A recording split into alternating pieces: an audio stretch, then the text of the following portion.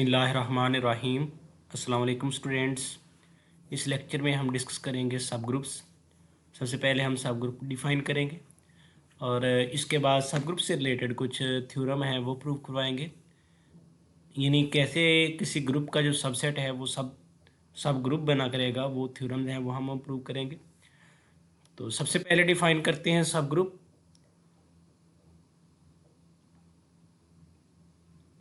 A subset H of a group G which is itself a group is called subgroup। यानी कोई भी आपका group G है, आप उसका कोई सबसेट लेते हैं, अगर सारी की सारी G वाली प्रॉपर्टीज उस सबसेट के अंदर भी होल्ड करती हैं, यानी वो खुद से ग्रुप बन रहा है under the same binary operation, तो फिर उस सबसेट को हम क्या बोलेंगे? ग्रुप G का सब ग्रुप बोलेंगे। A subset H of a group G which is itself a group is called subgroup।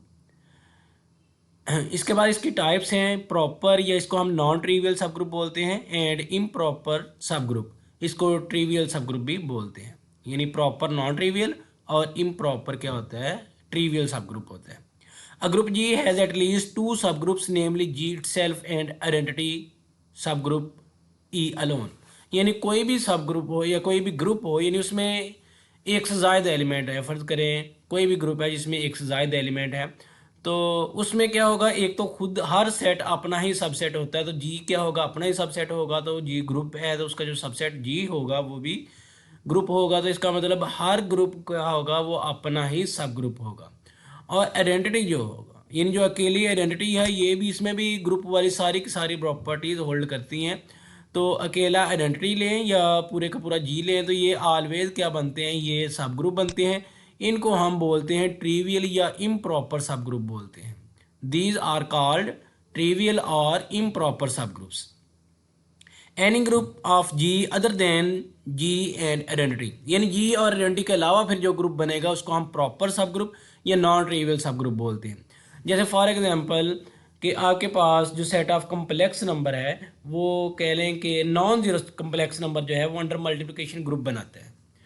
अब एक अगर हम उसका सबसेट लें 1 - 1 आयोटा माइनस आयोटा, तो ये क्या है? ये उसका सबसेट है, तो ये उसका क्या बनता है? सब ग्रुप बनता है। इस तरह अगर इसको मैं अगर ग्रुप को नाम दे लूँ 1 - 1 आयोटा माइनस आयोटा, ये अगर मेरे पास एक ग्रुप हो, तो इसका ये देखें 1 - 1, यानी ये एक मैं सबसेट ले लूँ तो वो भी क्या बनता है? वो इसका सब ग्रुप बनता है, यानी उसमें भी ग्रुप वाली सारी प्रॉपर्टीज होल्ड करती हैं। जब आप इसका सबसेट 1 - 1 लेंगे तो वो सब ग्रुप बनेगा। अब ये देखें वो आइडेंटिटी के अलावा है, और जो आपका गिवन ग्रुप था यानी 1 - 1 आयोटा माइनस आयोटा, उसके भी अलावा है। तो यानी कोई प्रॉपर जैसे सबसेट बनता है तो उसी से प्रॉपर सब ग्रुप बनेगा।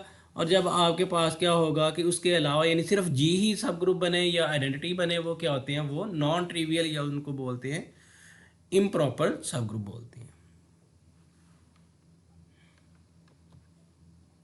अब इसी से रिलेटेड कुछ थ्योरम है।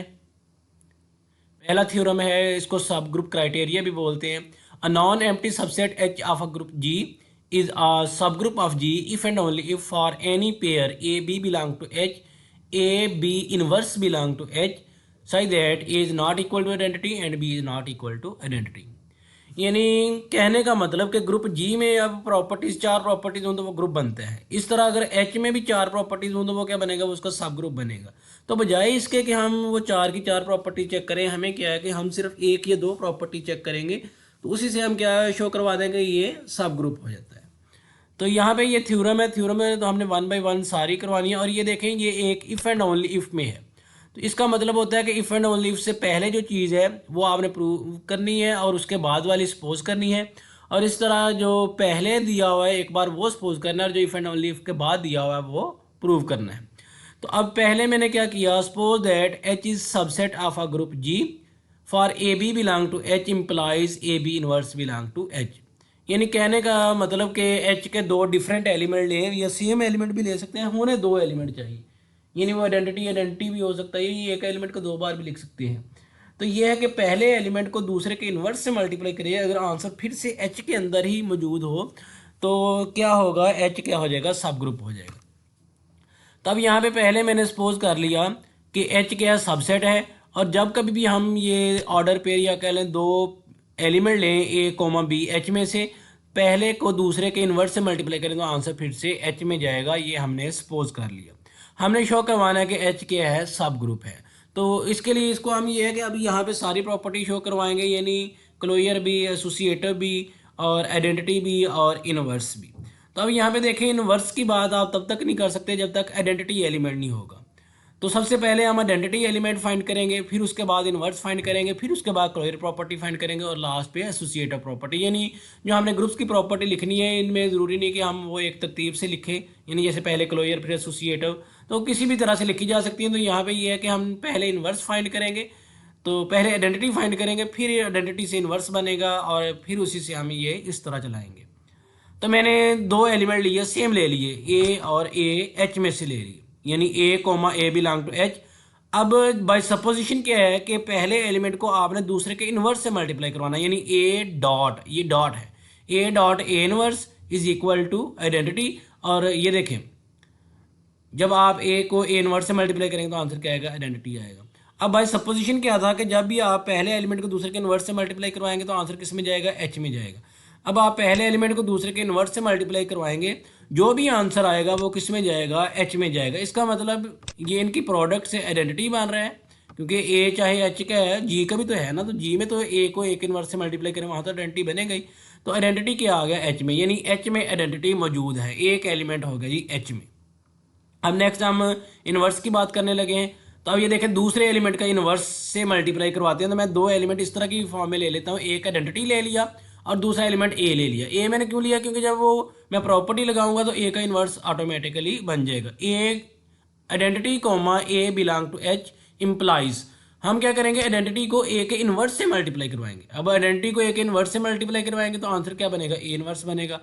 अब भाई सपोजिशन क्या है कि जब भी आप पहले एलिमेंट को दूसरे के इनवर्स से मल्टीप्लाई करेंगे, आंसर फिर से एच में जाएगा, ये आपने सपोज किया है। इसका मतलब अगर आंसर ए इनवर्स आता है तो वो भी एच में जाएगा। तो अब यहाँ पे देखें, आप एक एलिमेंट ए एच में से ले रहे हैं, तो ए का इनवर्स क्या है, वो भी एच में मौजूद है। तो यानी कोई भी एलिमेंट लेंगे, ए लेंगे, बी लेंगे, सी लेंगे, तो उसका इनवर्स क्या होगा, वो भी एच में होगा। तो हम कहेंगे कि तमाम एलिमेंट का इनवर्स क्या है, वो भी एग्जिस्ट करता है। अब क्लोजर प्रॉपर्टी लिखने लगा हूँ, since for a b belong to H.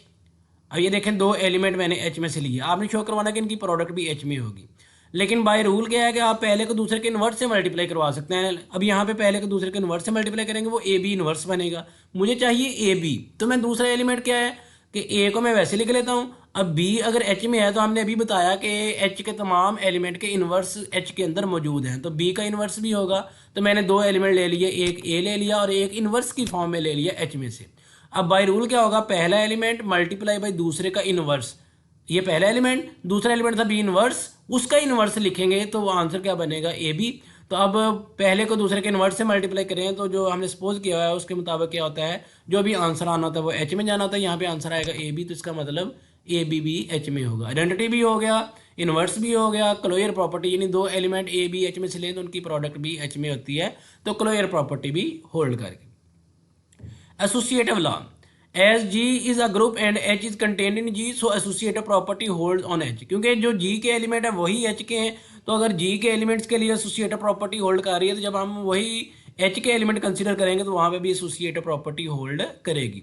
All the axioms of group satisfied, hence H is group that is subgroup of जी। यानी एच की आपने चार की चार प्रॉपर्टी शो करवा दी, तो एच क्या है, ये भी एक ग्रुप बनाता है। अब चूंकि एच क्या था, जी का सबसेट था, इसलिए हम बोलेंगे एच क्या हो गया, जी का सब ग्रुप हो गया, क्योंकि ये ग्रुप भी है साथ। अब कन्वर्सली में हम एच को सब ग्रुप लेकर चलेंगे और शो करवाएंगे कि दो एलिमेंट लें एच में से, पहले को दूसरे कन्वर्स से मल्टीप्लाई करवाएं तो आंसर एच में जाना चाहिए। Late H be subgroup, अगर सब ग्रुप है तो इसका मतलब ये खुद से ग्रुप है, then H is itself a group, ये कह सकते हैं। For a b belong to H implies, तो अगर एच खुद से यानी सब ग्रुप है तो उसमें ग्रुप वाली तमाम प्रॉपर्टीज होंगी, उसमें हर एलिमेंट का इन्वर्स भी होगा, आइडेंटिटी भी होगी। तो यहाँ पे ए बी अगर एच में से लेते हैं, बी इन्वर्स भी एच में से होगा, तो इनकी प्रोडक्ट क्या होगी, वो भी एच में होगी by closure law, hence the theorem. Next theorem है वो भी इसी से related. A non empty subset H of a group G is subgroup of G if and only for any pair a b belong to H implies a b belong to H and a belong to H implies a inverse belong to H. यानी जो अभी हमने theorem prove किया, statement तकरीबन वही है, क्योंकि उसमें क्या था कि a b belong to H implies, यानी अगर दो एलिमेंट हो तो पहले को दूसरे के इनवर्स से मल्टीप्लाई करें तो आंसर एच में जाना चाहिए। अब यहाँ पे क्या है कि वहाँ पे वो इन्वर्स वाली प्रॉपर्टी उसने मिक्सअप कर दी थी, अब यहाँ पे क्या है अलग अलग लिखी है, यानी क्लोजर प्रॉपर्टी अलग लिख दी इन दो एलिमेंट की प्रोडक्ट, तो और साथ ये कह दिया कि हर एलिमेंट का इन्वर्स भी होना चाहिए। तो यहाँ पे यानी दो प्रॉपर्टीज गिवन है, तो दो हमने प्रूव करवानी है, तो उससे क्या हो जाएगा, एच सब ग्रुप हो जाएगा। और इस तरह एक बार एच को सब ग्रुप लेकर चलेंगे और ये दोनों प्रॉपर्टीज हमने प्रूव करवानी है। Suppose for a b belong to H, a b product is belong to H and a inverse belong to H, यानी जब कभी हम दो एलिमेंट लेंगे तो उसका प्रोडक्ट भी एच में होगी और ए का इनवर्स भी एच में होगा, ये हमने सपोज कर लिया। Closure law since for all a b belong to H, यानी ये तो प्रॉपर्टी गिवन है, ये लिखने की जरूरत ही नहीं है। इनवर्स एलिमेंट ये भी गिवन है, यानी कोई भी एलिमेंट एच में से ले उसका इनवर्स भी उसी में होगा, दो प्रॉपर्टीज होगी। अब कौन सी रहेगी, आइडेंटिटी वाली। तो हम एक एलिमेंट ए ले लेते हैं, हमें पता है हर एलिमेंट का इन्वर्स भी है, तो दो एलिमेंट हो गए ए और ए इन्वर्स आपने एच में से ले ली। तो अब जो पहली प्रॉपर्टी उसके मुताबिक के दो एलिमेंट की प्रोडक्ट फिर से एच में जाएगी, तो ए को जब आप ए इन्वर्स से मल्टीप्लाई करवाएंगे तो बाई क्लोजर प्रॉपर्टी से ये क्या होगा, एच में बिलोंग करेगा। अब ए को ए इन्वर्स से मल्टीप्लाई करें तो आंसर क्या आना चाहिए, आइडेंटिटी, तो इसका मतलब आइडेंटिटी भी एच में बिलोंग करती है। तो एच में तीन प्रॉपर्टीज होगी। एसोसिएटिव लॉ क्या होगा, ये जी का ही सबसेट है तो ये उसमें इनहेरिटेड हो जाएगा, ये कह लें कि associative law holds in H and H is subset of G, so associative law also hold in H. Associative property is inherited to the element of H, क्योंकि जो एलिमेंट G के थे वही H के हैं, G के element के लिए associative property है तो H के लिए भी होगी। All the axioms are satisfied, so H is group, that is H is subgroup of G, यानी H ग्रुप है तो G का क्या बनेगा, सब ग्रुप बनेगा। कन्वर्सली सपोज एच इज सब ग्रुप, यानी अगर एच सब ग्रुप है तो उसमें चार प्रॉपर्टीज होंगी, हमने सिर्फ दो शो करवानी है। Then for any a b belong to H, यानी क्लोजर प्रॉपर्टी भी होगी और हर एलिमेंट का इन्वर्स होगा, ये तो फिर ट्रिवियल केस हो जाएगा ना, क्योंकि जब हम एच को सब ग्रुप सपोज करेंगे तो एच क्या है, ग्रुप है, तो उसमें चार प्रॉपर्टीज होंगी, हमने सिर्फ दो शो करवानी थी तो वो हम जस्ट दो लिख देंगे कि क्लोजर भी होगी और इन्वर्स एलिमेंट भी होगा। और यहाँ पे देखें ये जो दोनों थ्योरम हमने किए, ये दोनों थे, चाहे ग्रुप का ऑर्डर फाइनाइट हो या चाहे इनफाइनाइट हो, दोनों के लिए ये हम बात कर सकते हैं, दोनों के लिए सेम यही क्राइटेरिया यूज कर सकते हैं। अब नेक्स्ट जो थ्योरम हम प्रूव करवाने लगे हैं वो सिर्फ फाइनाइट ऑर्डर के लिए है, तो उसकी स्टेटमेंट कुछ देखें। Let H be a subset of a group G, यहाँ पे फाइनाइट दिया हो, यानी ये ग्रुप का ऑर्डर क्या होगा, फाइनाइट होगा, सिर्फ फाइनाइट के लिए बात होल्ड करेगी, अदरवाइज नहीं। Then H is subgroup of G if and only if H is close, यानी सिर्फ क्लोजर प्रॉपर्टी चेक कर ले फाइनाइट ग्रुप के सबसेट के लिए, तो क्या होगी, वो क्या हो जाएगा, सब ग्रुप बन जाएगा। या क्लोजर प्रॉपर्टी को हम इस तरह भी लिख सकते हैं, for any a b belong to H implies a dot b belong to H, यानी इसमें अब इनवर्स वाली बात नहीं हुई, सिर्फ इतना सा फर्क है, और एक ये भी फर्क है इसमें फाइनाइट का वर्ड यूज हुआ है। प्रूफ में देखें, let H be subset of a finite group G and H is close. अब अगर एच क्लोज्ड है तो यहाँ पे देखें कोई एक एलिमेंट मैंने ले लिया एच में से ए एलिमेंट ले लिया स्मॉल ए, तो अब हमें पता है क्लोजर प्रॉपर्टी दी हुई है, ए को ए से मल्टीप्लाई करें ए स्केयर, फिर ए से मल्टीप्लाई करवाएं ए क्यूब, फिर ए से मल्टीप्लाई करवाएं ए 5, तो ये सारे के सारी क्लोजर प्रॉपर्टी से एलिमेंट क्या होंगे, एच के अंदर ही बिलोंग करेंगे, यानी ये सारी की सारी पावर्स क्या होंगी, एच में बिलोंग करेंगी।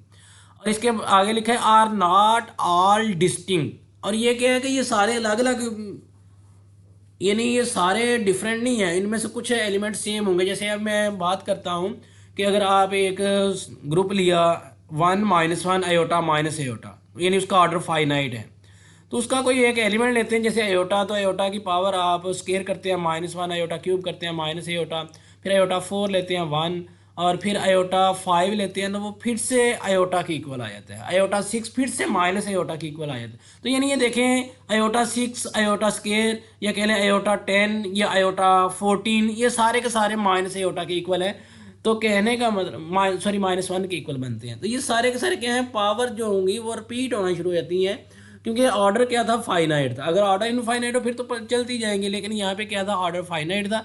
तो यहाँ पे इस तरह फर्ज कर लें जैसे A10 पे जाके आइडेंटिटी हो जाता है, इस तरह A20 पे भी जाके आइडेंटिटी हो जाएगा, A25 पे भी आइडेंटिटी हो जाएगा। तो अब अगर मैं A17 देखूं तो वो किसके इक्वल आएगा, वो A7 के इक्वल आएगा, यानी वो पहली 10 पावर में से किसी ना किसी के इक्वल आ जाएगा। तो सेम यहाँ पे भी क्या होगा कि ये सारी की सारी पावर डिस्टिंक्ट नहीं होंगी, कोई ना कोई पावर्स आपस में इक्वल हो जाएंगी। सपोज करते हैं कि हम ए रेज पावर एम और ए रेज पावर एन, जैसे मैं अभी कह रहा था कि iota 6 is equal to iota square बनता है, ये iota 10 is equal to iota 6 आप लिख सकते हैं, यानी दो पावर्स इक्वल है। तो यहाँ पे मैंने ले लिया a raise power m is equal to a raise power n. अब कोई एक पावर छोटी होगी, कोई एक बड़ी होगी, मैंने एन को बड़ा कंसिडर कर लिया। ये एन इस तरफ आकर माइनस होगा, a raise power m minus n is equal to identity. आइए देखें, ए की पावर एम क्या था वो भी एच में है, ए की पावर एन क्या था वो भी एच में हो। अब ए की पावर में एम माइनस एन लिखा हुआ है, तो हमने ये अभी बोला था कि ए की जितनी भी पावर्स हैं वो सारे की सारी एच में बिलोंग करती हैं। इसका मतलब ए की पावर एम माइनस एन वो क्या होगी, वो भी एच में बिलोंग करेगी। अब ए की पावर एम माइनस एन है किसके इक्वल, वो आइडेंटिटी के इक्वल। इसका मतलब आइडेंटिटी क्या होगा, वो भी एच में होगा, तो एच में आइडेंटिटी मौजूद है। आल्सो आइए देखें, अगर ये एलिमेंट एच में है तो इससे पिछली पावर, यानी अगर ए 10 अगर एच में है तो ए 9 भी एच में होगा। तो मैंने क्या किया कि अगर a raise power m minus n H में बिलोंग करता है तो उससे पिछली power a raise power m minus n minus one वो भी एच में बिलोंग करेगी। यहाँ पे इतना हिस्सा अलग कर दिया, यानी एम माइनस एन पावर अलग कर दी और इनवर्स अलग कर दी, यानी माइनस वन पावर अलग कर दी। और ये किसके इक्वल है, ये भी आपने लिखा कि ये आइडेंटिटी के इक्वल है, ये आइडेंटिटी होगा ए इनवर्स, आइडेंटिटी को ए इनवर्स से मल्टीप्लाई करवाएंगे ए इनवर्स, तो ए इनवर्स भी एच में बिलोंग करता है, यानी हर एलिमेंट का हम क्या कहेंगे, इनवर्स भी है। अब क्लोजर प्रॉपर्टी वैसे गिवन है, for any a b belong to H implies a b belong to H, ये गिवन है। Associative property as H is subset of G, so associative law hold for H, all the axioms are satisfied, hence H is group हो जाएगा, या हम कह लेंगे H is subgroup of G. Conversely let H be subgroup, अगर H को आपने सब ग्रुप बोल लिया इसका मतलब वो ग्रुप भी है, यानी उसमें चारों की चारों प्रॉपर्टीज हैं, तो क्लोजर प्रॉपर्टी भी होगी, यही हमने शो करवानी थी। Then H is close trivially, hence the theorem.